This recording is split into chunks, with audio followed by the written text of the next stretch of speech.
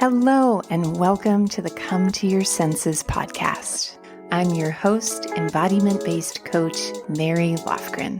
Here, we explore how to live bravely and beautifully through a lifestyle of embodiment. You'll hear gems to empower you around mindset, mindfulness, somatic psychology, and neuroscience, as well as beauty, food, style, and the art of slow living to meet your soul through the senses. I am so happy that you're here. Let's begin.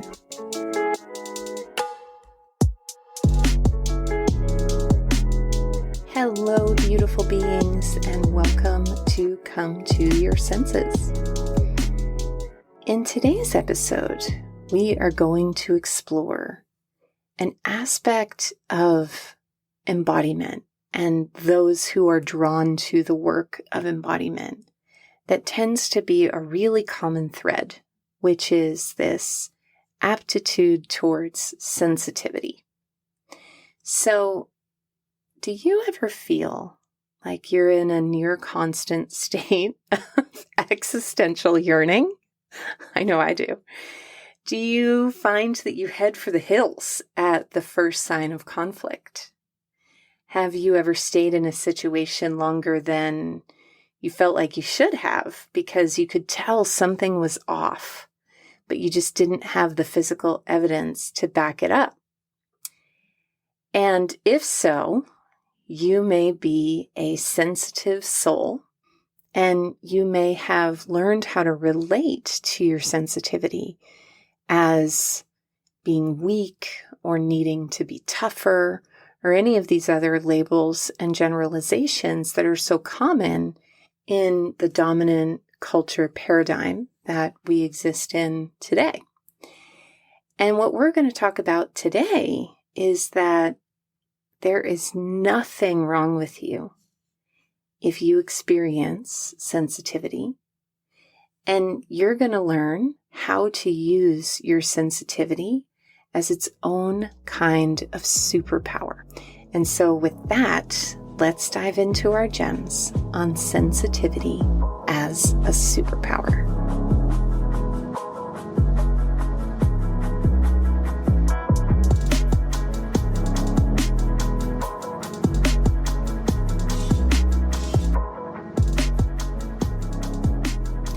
And so where we're going to begin with our gems is a passage from a book called Eating in the Light of the Moon by Dr. Anita Johnston. And this book is such an extraordinary book. And particularly if you are someone who has experienced disordered eating or has seen the imbalance between masculine and feminine energies in your own body, life, and psyche reflected in your relationship to food. Run, don't walk to pick up this book, my friends. But the passage that I want to share with you is one that really impacted me years ago. And it's about intuition and the way in which our intuitive gifts, also known as our sensitivity, can be misguided and disorganized in terms of how they're perceived in our psyche. So in this passage, she's talking about a woman struggling with disordered eating. At some point early in her life, this woman could see things as they really were and was not taken in by others' descriptions of reality. She would pick up on discrepancies between what people said and what they did. She could sense when something was wrong, even when everyone around her said everything was okay. When this young girl spoke the truth or brought to light that things were not as they seemed, her truth was not well received. Instead, her statements were either ignored or met with fear and hostility from family members or authority figures. She got the message, usually nonverbal, that her ability to perceive the truth, her particular sensitivity to that which was outside the awareness of others, was dangerous, that it could bring about ridicule and rejection, abuse, or even disintegration of the family. A very dangerous consequence from a 4-year-old girl's perspective. This put the young girl in a very uncomfortable position. In order to survive, she had to find a way to conceal who she really was, to diminish this ability to see the invisible, to quiet that voice inside of her that spoke the truth. She had to hide her sixth sense, her female intuition, not only from others but also from herself. For acknowledging her differentness, even secretly to herself, would have resulted in extreme emotional distress, a sense of not belonging or fitting in that would have been unbearable. And so began the process of disowning the wise woman inside of her. How did she do this? She did it by accepting others' perceptions of reality and rejecting her own. Could really read this entire book to you just in this moment. I love it so much. This just one page is a juicy T-bone of insights. But Dr. Johnston goes on to describe that the way that we manage that suppression of self for many of us is through disordered eating and an obsession with appearance and with food and with this conformity to someone else's standard of femininity. But I start there because in embracing sensitivity as a superpower, one of the very first places that we want to begin is with an actual embrace of our intuitive gifts. And so in embodiment work, whenever I work with a client, they often feel like they have this greatness, and not greatness in terms of grandiosity, but something deep and meaningful and worthwhile that is buried deep within them, but that manifests as anxiety, depression, unexplained yearning, constant overthinking, difficulty making decisions. And from the more masculine paradigm of individuality and compartmentalization, they may have been telling themselves their whole life that they just need to be more decisive, have more motivation, etc., that they're too sensitive. And actually in embodiment work, what we're working to create is actually an increase in our sensitivity. So the ability to feel the fullness of our being and our full embodied intelligence, which goes beyond just the intelligence of the mind. We're working to increase sensitivity in terms of introception, which is our ability to feel some of our inner sensations and inner knowings instead of just our awareness of the outer world. We are building sensitivity to know when something doesn't feel good. You know, for so many of my clients, the question, what do you want, can be a really challenging question because their attention and awareness has never been placed on what feels really good to you and what doesn't feel good to you. Again, there's been a lot of conditioning around what they should want, but not a lot of introception and introspection on what their unique body and being wants. Sensitivity is how we learn the instrument of our body. And coaching takes us through a specific receptive process of learning how to interpret the music of that instrument and fine-tune it to play the music that you actually want to be playing. And so today, what we're going to move into now is our gems on 3 methods taken directly from the Embodied Intelligence coaching method, which is my signature coaching system, that you can adapt and use yourself in your day-to-day life to increase your sensitivity and have more confidence and clarity on how you work with the messages from your inner world and these deeper parts of yourself. And so the first gem we've already kind of touched on, and that is, in order to experience your sensitivity as a gift and a superpower, it must be upheld as a gift and a superpower. So reframing "you're so sensitive" or "you're too sensitive" to actually be a good thing. And so a question to drop in for your own life is, what are the benefits of being a sensitive person?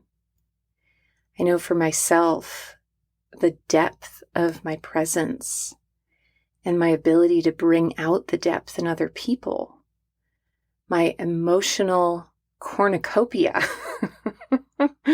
that people who are in relationship with me get to experience is a gift. It is a gift. Multiple times in relationships and also in group environments, I've had people share with me that, actually, I'm remembering a retreat that I did not that long ago where someone said to me, "Do you know that you have a superpower?" And I said, "I do know, but tell me what you think is my superpower." And she said, "It's your vulnerability. Like, you're not afraid to say what's real." Because in the group at the start of the circle, it's like I was the last person to go and everyone had shared. And when it got to me, I just opened my mouth and tears started flowing. And, I knew that I was there to get as much as I could from this experience. And so I wasn't going to hold back. And I wanted to share what was real and what was on my heart, which was some deep stuff. And so I know that that's a gift, not just for myself and how I navigate the world, but in how I bring out the best in other people. And so this is an invitation for you to reflect. In order to embrace and experience your sensitivity as a superpower, how have you already seen evidence of that in your life, in your relationships, and in your choices? Another great place to source ways in which this superpower is a gift is times where you have not trusted it. So I feel like the whole locus of my life story has been around knowing and having my knowing be different from what I was seeing, but trusting my knowing regardless, and then having the evidence be visible years down the road. And in that process, that took a lot of experimentation and a lot of dumpster fire of experiences where I didn't trust myself and I didn't listen within because I couldn't. And when I look back on that, it's like, oh, that really difficult situation that I was in, that was just my gift, asking to be seen as a gift. And so if you don't have a ton of experience with listening to your intuition and trusting your sensitivity, reflecting back on times that you wish you had may be a helpful point of reference for seeing it as a part of your inner compass, guiding and directing you onto the path that is your own. Our next gem in not just embracing, but also cultivating this gift of sensitivity is to move with it and as it, rather than trying to move it out of the way. So one of my core embodiment practices is turning on music. Usually it's some sort of instrumental, non-lyric music. And I'll light some candles and say a prayer. And I move with the sensations of my body and drop into the question, body, how would you have me move? And this is a process that I learned from my mentor, Jenna Ward, in her movement practice, which is called Primal Feminine Flow. We'll drop a link to that in the show notes.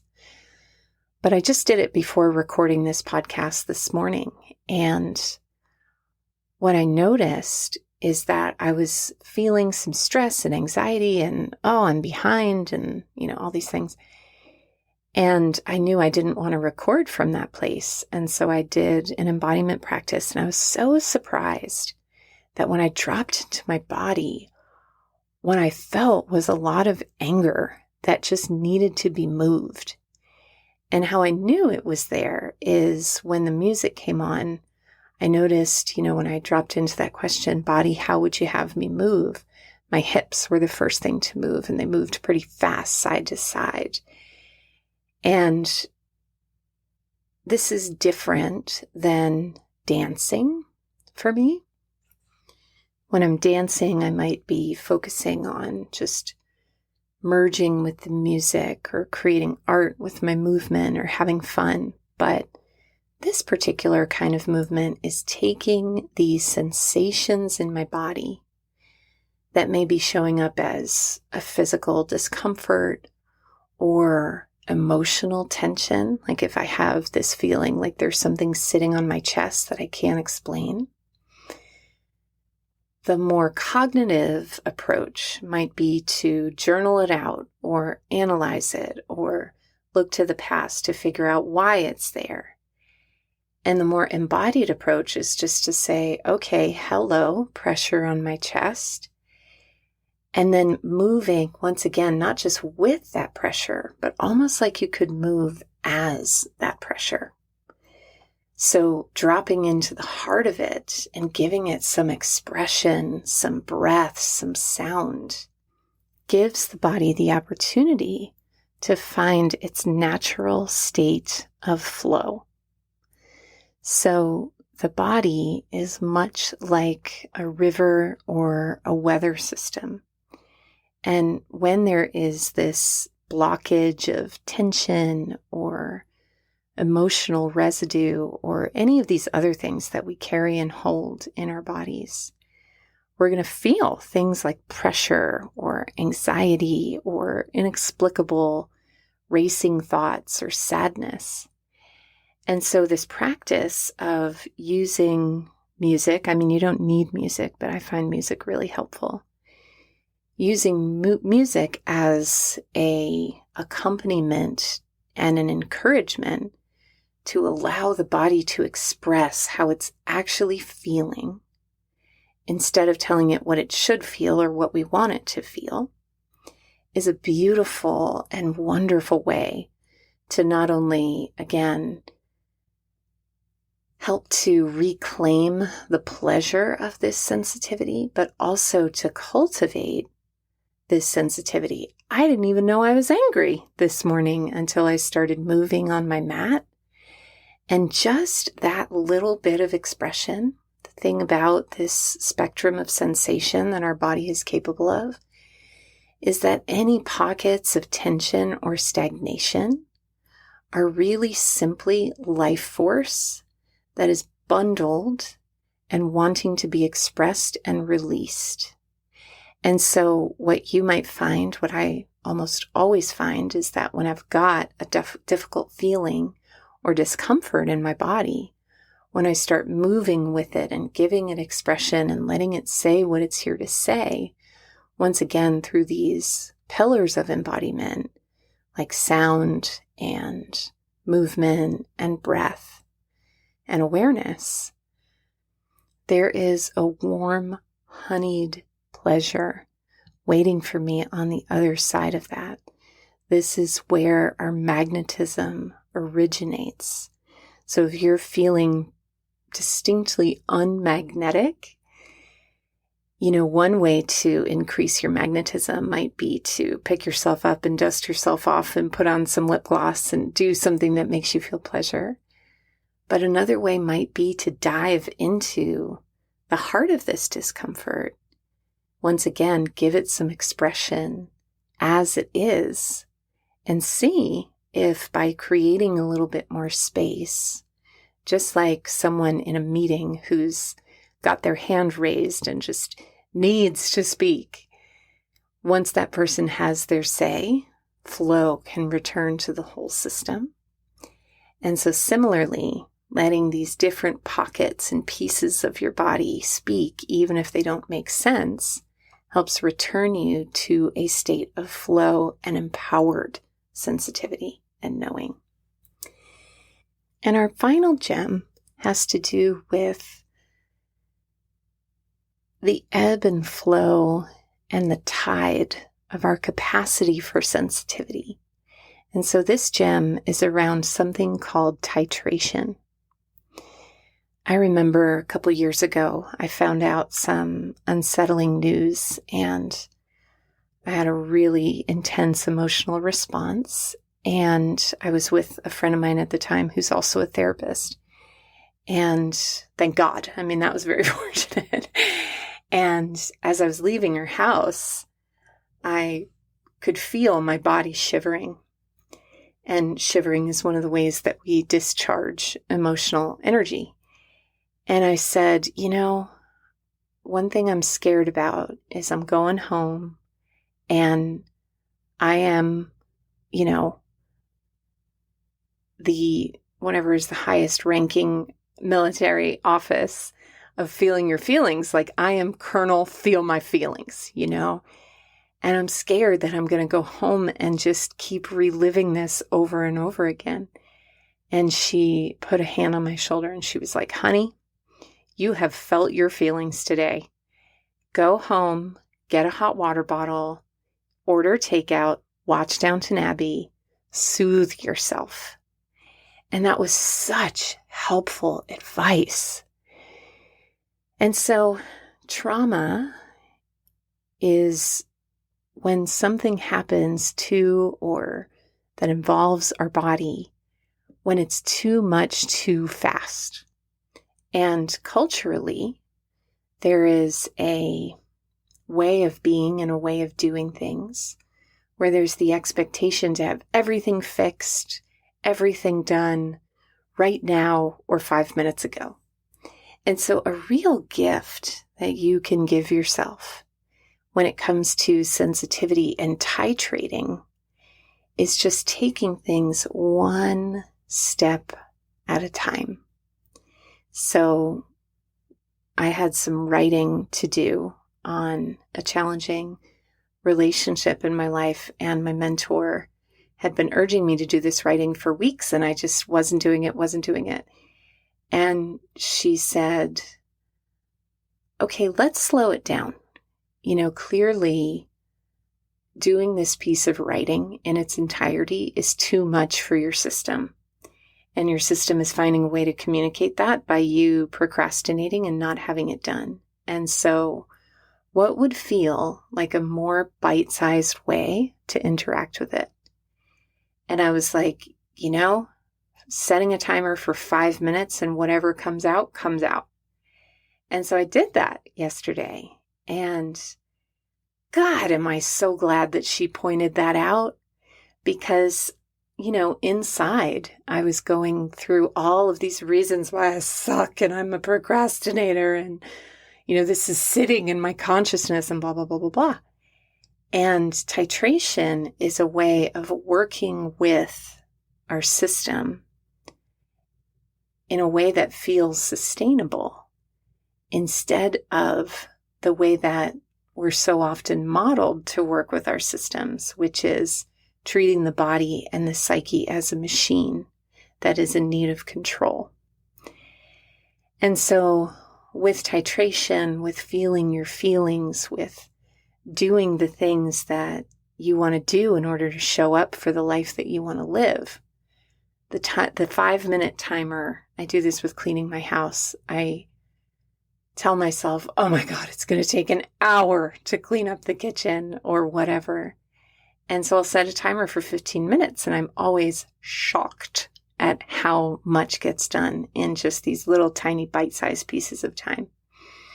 So titration, my friends, powerful tool of body magic. And that brings us to the end of our episode today. I hope that today's episode gave you some tools, some insights, and some ideas on how to embrace this energy that we sometimes call the feminine, our intuitive, emotional, nurturing, relational side that is just simply an underused and undervalued aspect of our intelligence. May today's gems help you to embrace and experience these parts of your being as superpowers in creating the life that you want to live and in feeling more like your life, or the life that you are living, is your own. Again, thank you so much for listening. If you enjoyed this episode, it would mean so much to me to hear from you in a review, to see that you've subscribed or followed the podcast. And I will see you in our next episode.